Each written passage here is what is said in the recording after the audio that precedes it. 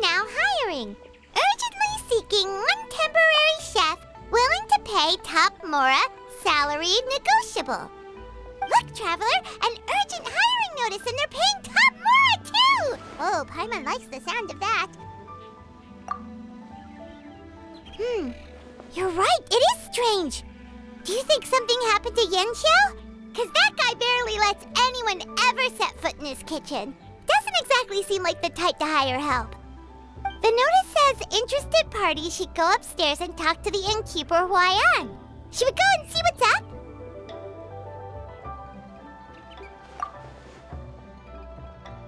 Well, that. And to check up on Yanxiao, of course. Take a seat, please.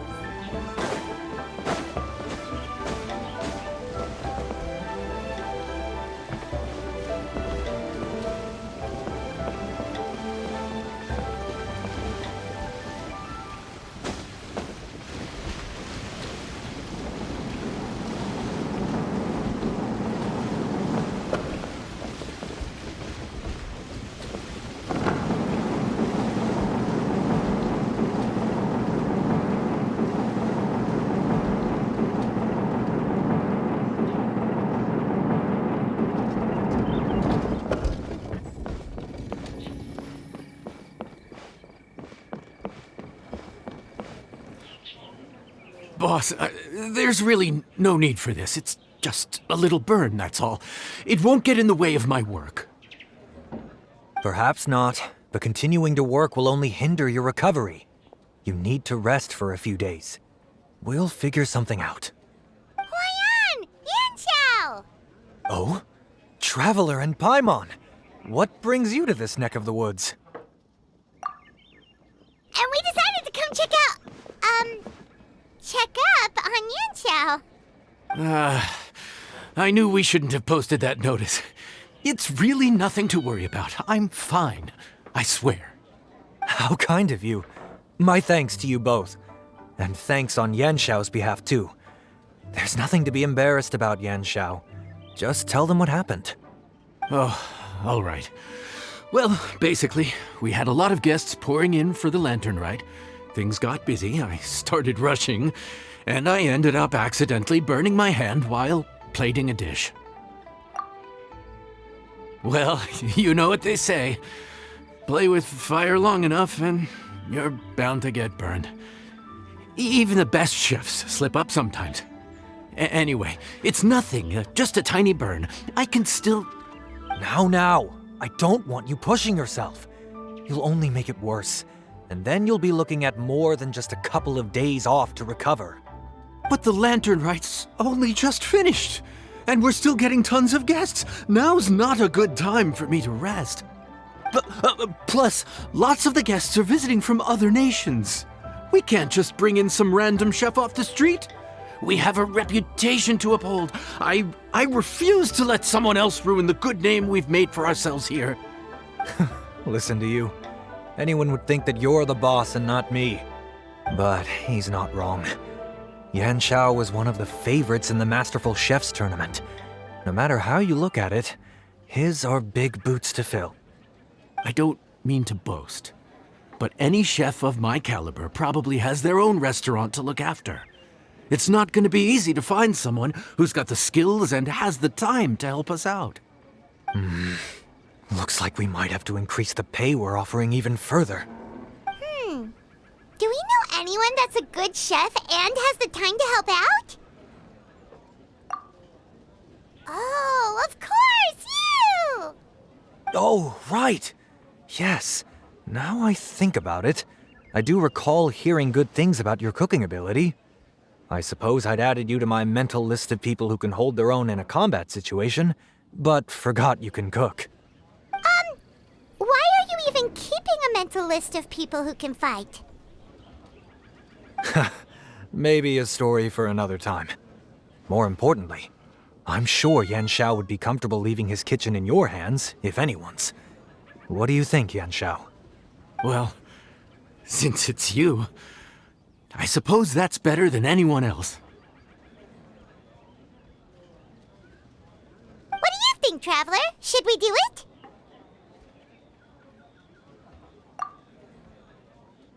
I should warn you that cooking for customers is quite a different ballgame from cooking for yourself, so I'll stick around the kitchen over the next few days to help smooth things over. Oh, so he's not leaving the kitchen after all? I believe there's some spare kitchenware here at the inn. Boss, would you mind? Of course, of course. I'll take care of it.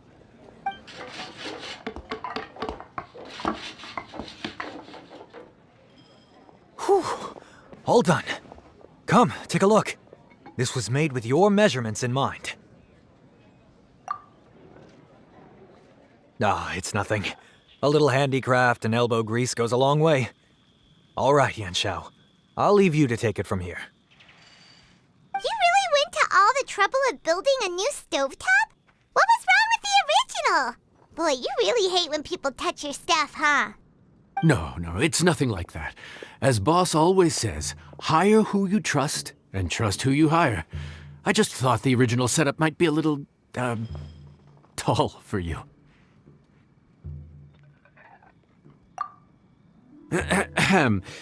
Anyway, as I was saying, cooking for guests is different from cooking for yourself.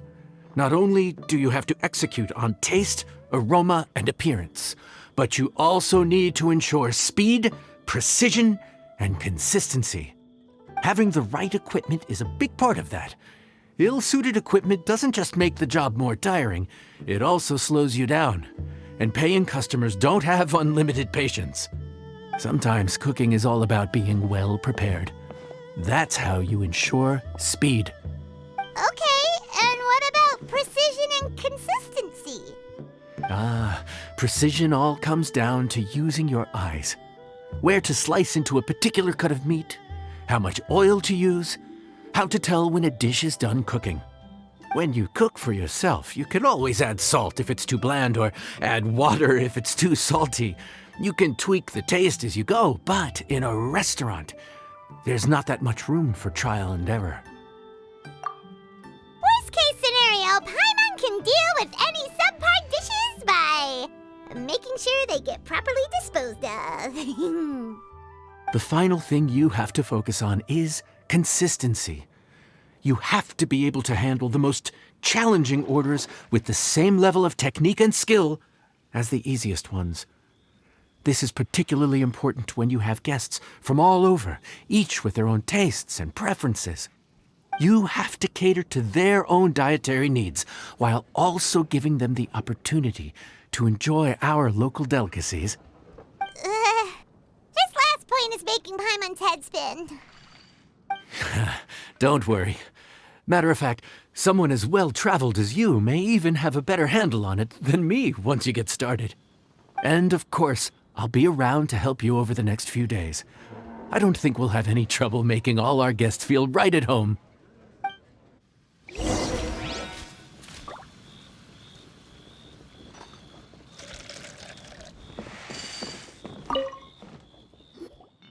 There's no time to lose, so let's get started. I imagine you probably have a good handle on the cooking side of things already. What you need to pay attention to is remembering each table's order. Try not to get them mixed up. Oh, Paimon's memory is like a steel trap. This is gonna be a cinch.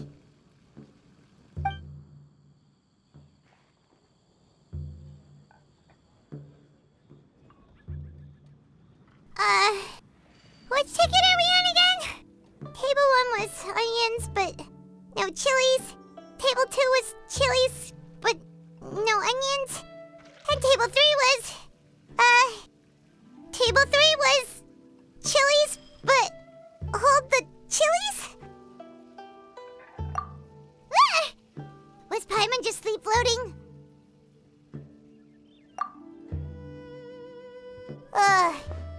didn't even get a break in the middle.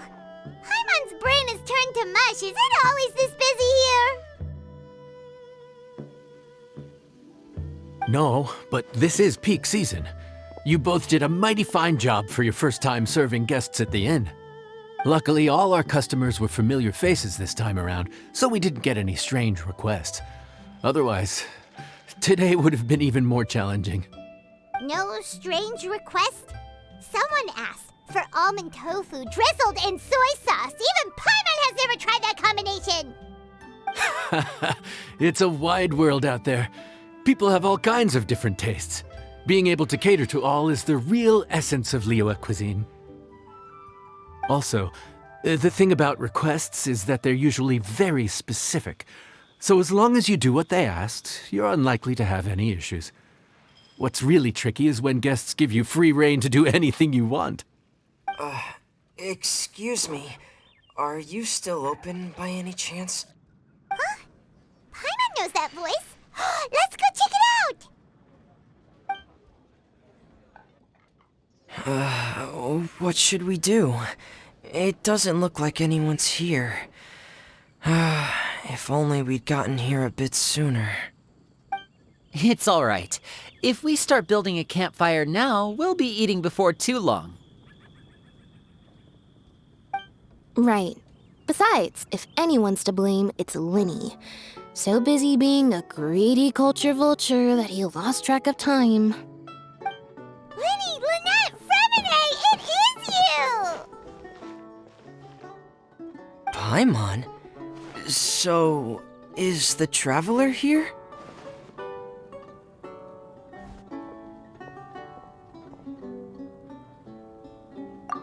Traveler, Paimon! What a nice surprise!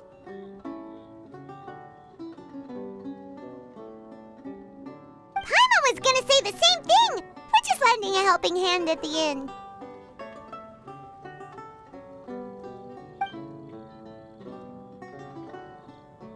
Anyway, so that's how we ended up here. But what about you guys? Don't tell us. Father sent you on another mission? No, quite the opposite, actually. We're in Liyue on vacation, and while we're here, I thought a cultural tour might be in order. Father said we deserve some rest after everything that happened recently. Otherwise, it could jeopardize our next mission.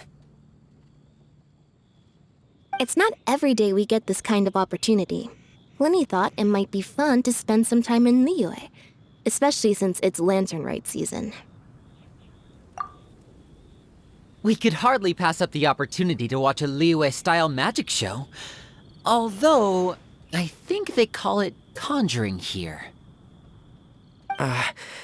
In our time here, we've seen conjuring tricks incorporated into a Liyue opera show, and even a wushu dance. It was amazing. So, we decided to stay here for a few more days to see what other forms of inspiration this land might have in store for us. We visited Granny Roshin in Qingsa village not long ago, and today we continued our cultural tour in the area around here. In the end, though, we lost track of time. We haven't even eaten anything yet.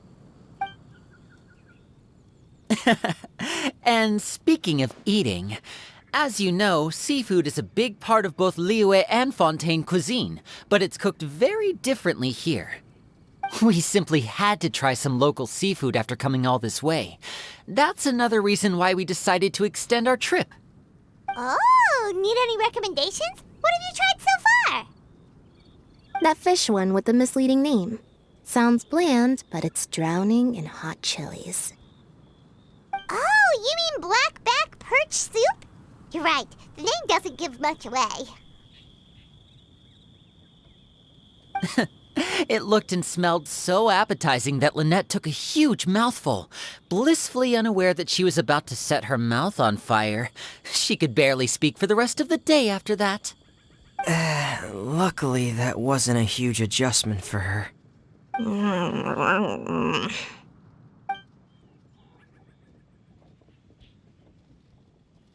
What? Aren't you guys hungry too? Yes, a little. Yes, I'm ready to eat. Traveler, I'm afraid we'll have to send you back to the kitchen now. Good question. I doubt we'll be able to decipher the menu, so why don't you recommend something? You should be pretty familiar with our tastes. One more thing. Please, if you have a heart, don't make it spicy.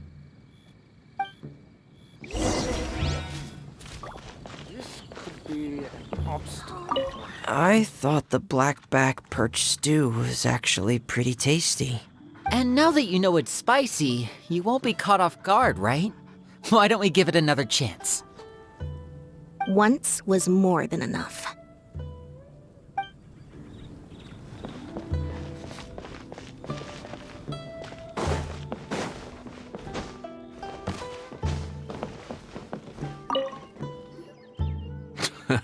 Fontaine, huh? No wonder they can't handle too much spice. Still, if we make the food too bland, they might as well be eating back home. There's this crab and shrimp stir-fry I know that could work. It's quite heavily seasoned, but it's a lot milder than it looks. It has a light but really satisfying flavor. Ooh, that sounds perfect! What's it called?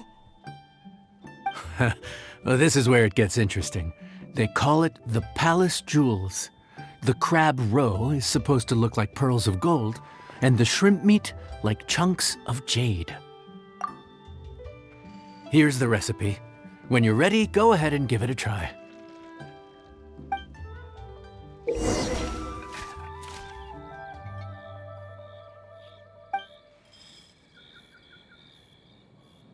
Could it be true? What I've heard.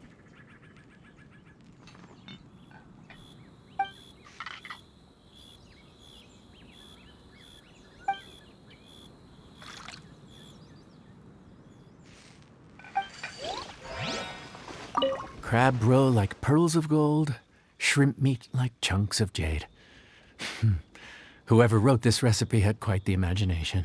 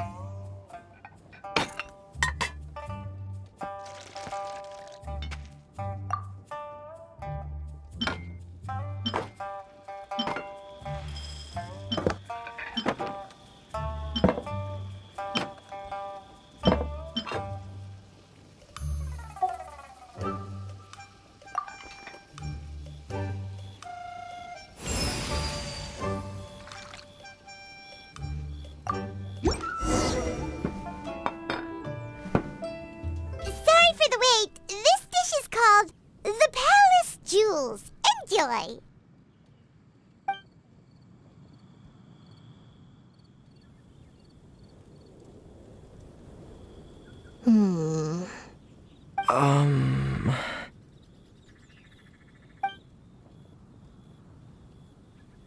Yes. We meant to say, you two must be tired after a long day of work. Do you want to eat with us? Oh, now that you mention it, Paimon is a little hungry. Well, if you insist, then who are we to refuse? Oh, right, of course. You're still our customers. Why aren't you eating? The sauce looks a little overpowering. According to Liyue custom, it's probably good table manners to let someone else go first.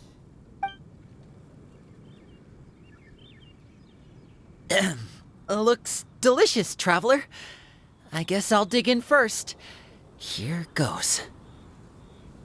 What is it? Do you need some water? No. It's delicious. The flavor is so pure. It's drenched in sauce, but somehow it just enhances the natural flavor of the seafood. Try it for yourselves. All right.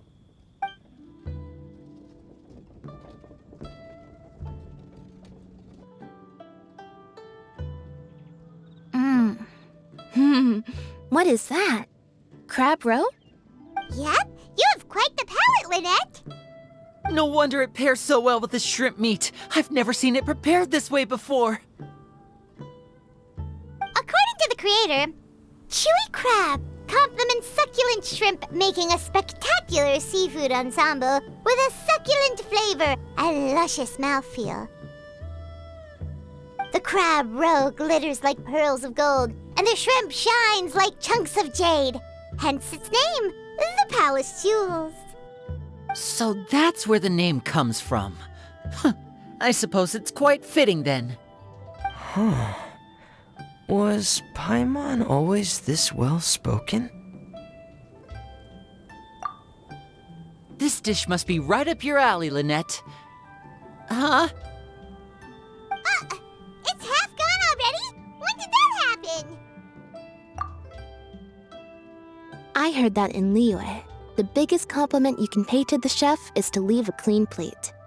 It's delicious. Thank you ever so much. Wait, don't fight over it! Hey, leave some for Paimon!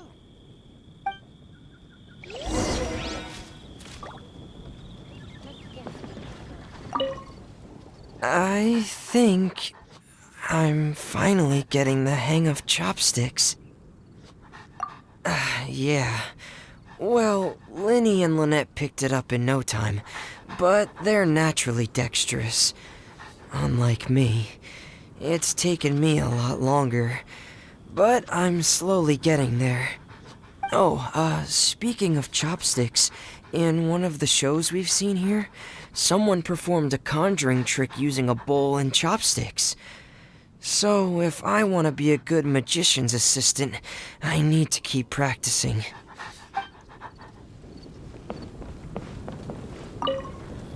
Lynette's not usually so forthcoming about what she likes. But this time, well, she's expressed it in more ways than one. I guess you've rubbed off on her too. Or maybe your cooking is simply too delicious to resist. The next time our paths cross in Fontaine, you'll have to fire up your cooking skills for my other siblings as well. How does that sound, oh great master chef? Oh yeah? Well then, I'll have to clear my schedule.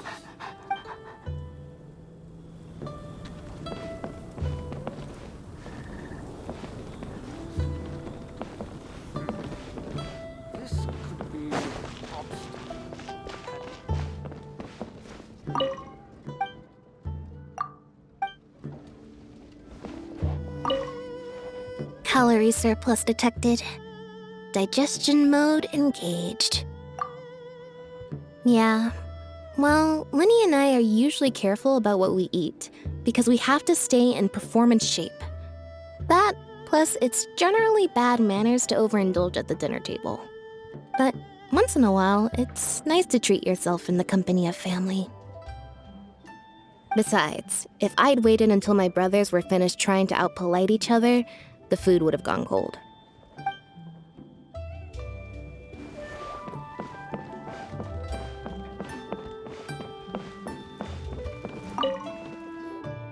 So your friends like the dish, huh? Well done. Not bad at all for your first day on the job. There'll be more to come, so keep it up.